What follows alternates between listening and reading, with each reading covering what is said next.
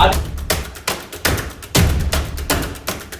का गिरफ्तारी का हुआ है और हम एसपी से बात किए हैं कि दोनों एसपी से, हजारीबाग एसपी और यहाँ भी जो हो रहा है उसमें भी हमारी सरकार सख्त से सख्त कार्रवाई करे।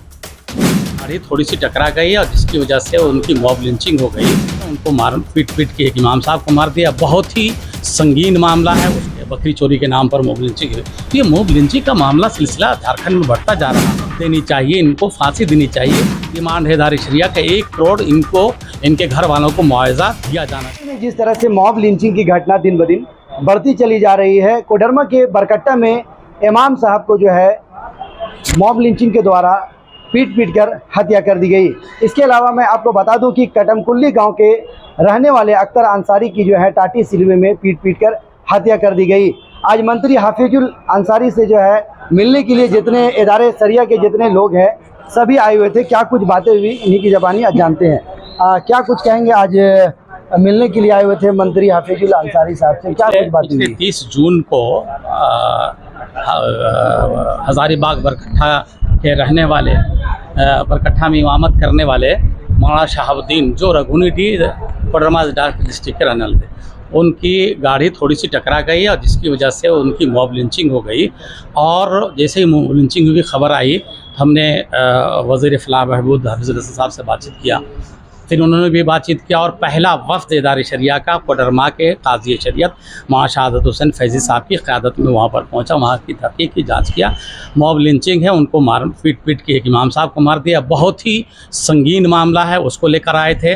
और जो 1-2 दिन पहले मोहम्मद अख्तर अंसारी का हुआ पिठोरिया इलाके का टाटी सिलवे में ये बकरी चोरी के नाम पर मॉब लिंचिंग हुई। तो ये मॉब लिंचिंग का मामला सिलसिला झारखंड में बढ़ता जा रहा है।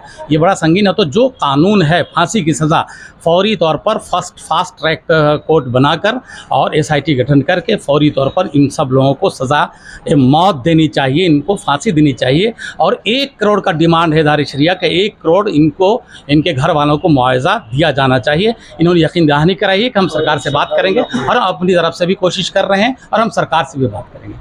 क्या कुछ बातें हुई वकील रहमान साहब? देखिए, मंत्री जी ने बहुत ही स्पष्ट शब्दों में कहा है कि हम इस पर कार्रवाई करेंगे और हमें उम्मीद है झारखंड सरकार से कि ये जरूर इस पर दिशा पर काम करेंगे। लेकिन जो मॉब लिंचिंग की घटनाएं जो बढ़ रही है, इसका इदारे शरिया काफ़ी इससे बेचैन है, क्योंकि हम लोग चाहते हैं झारखंड में अमन और शांति रहे।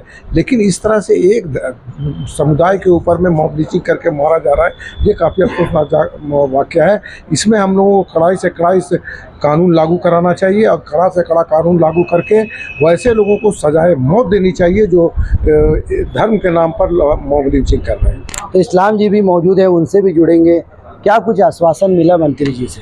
माननीय मंत्री महोदय से हम लोगों ने अभी मिला एक डेलीगेशन इदारा शरिया के बैनर तले, और जो कोडरमा बरकट्ठा के जो कोडरमा के रहने वाले बरकट्ठा में जो घटना घटी है, शहाबुद्दीन साहब, मौलाना शहाबुद्दीन साहब और अख्तर अंसारी जो काटमकुल्ली के हैं, उसमें अदालत शरिया ने SIT गठन की मांग की है।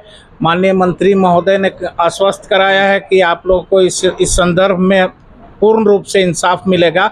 और हम लोग सरकारी स्तर पर, अपने स्तर पर पूरा पहल किए हुए हैं कि जो घटना घटी है उसकी पूरी विधिवत जांच हो, और जांच होने के बाद अगर ज़रूरत पड़े तो हम मंत्री ने महोदय ने ये भी आश्वस्त कराया कि अगर ज़रूरत पड़ी तो हम लोग इसको CID से भी जांच करवाएंगे। और जो लोग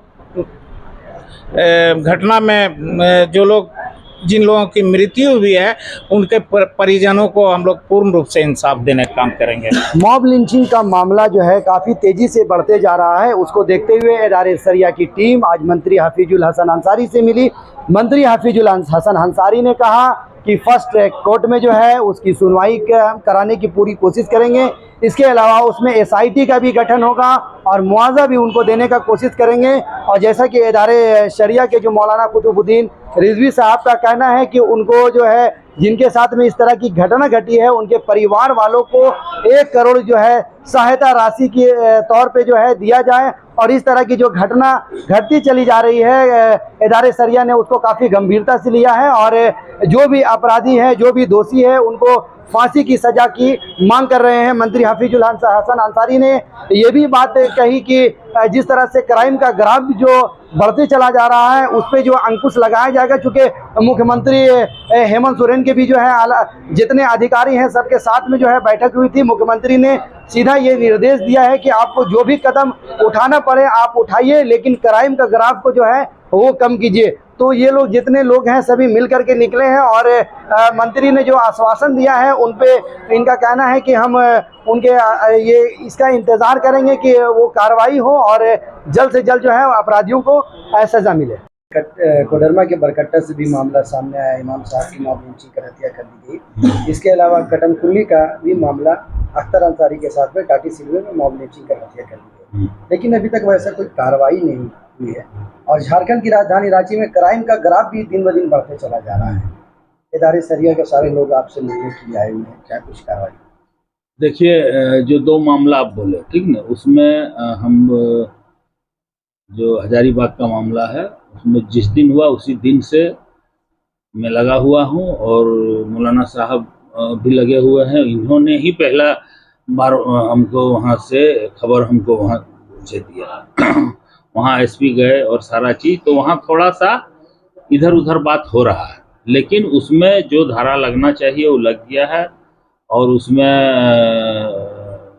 जिनको वहाँ जांच के लिए दिया है, रात में भी हम बात किए हैं कि जो उसमें सही है आप उसको कीजिए।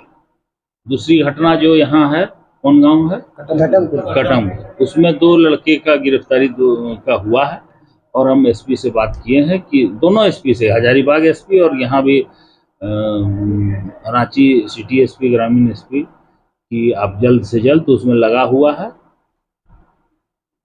और ये मामला जो भी अभी हम लोग आए हैं, और चाहे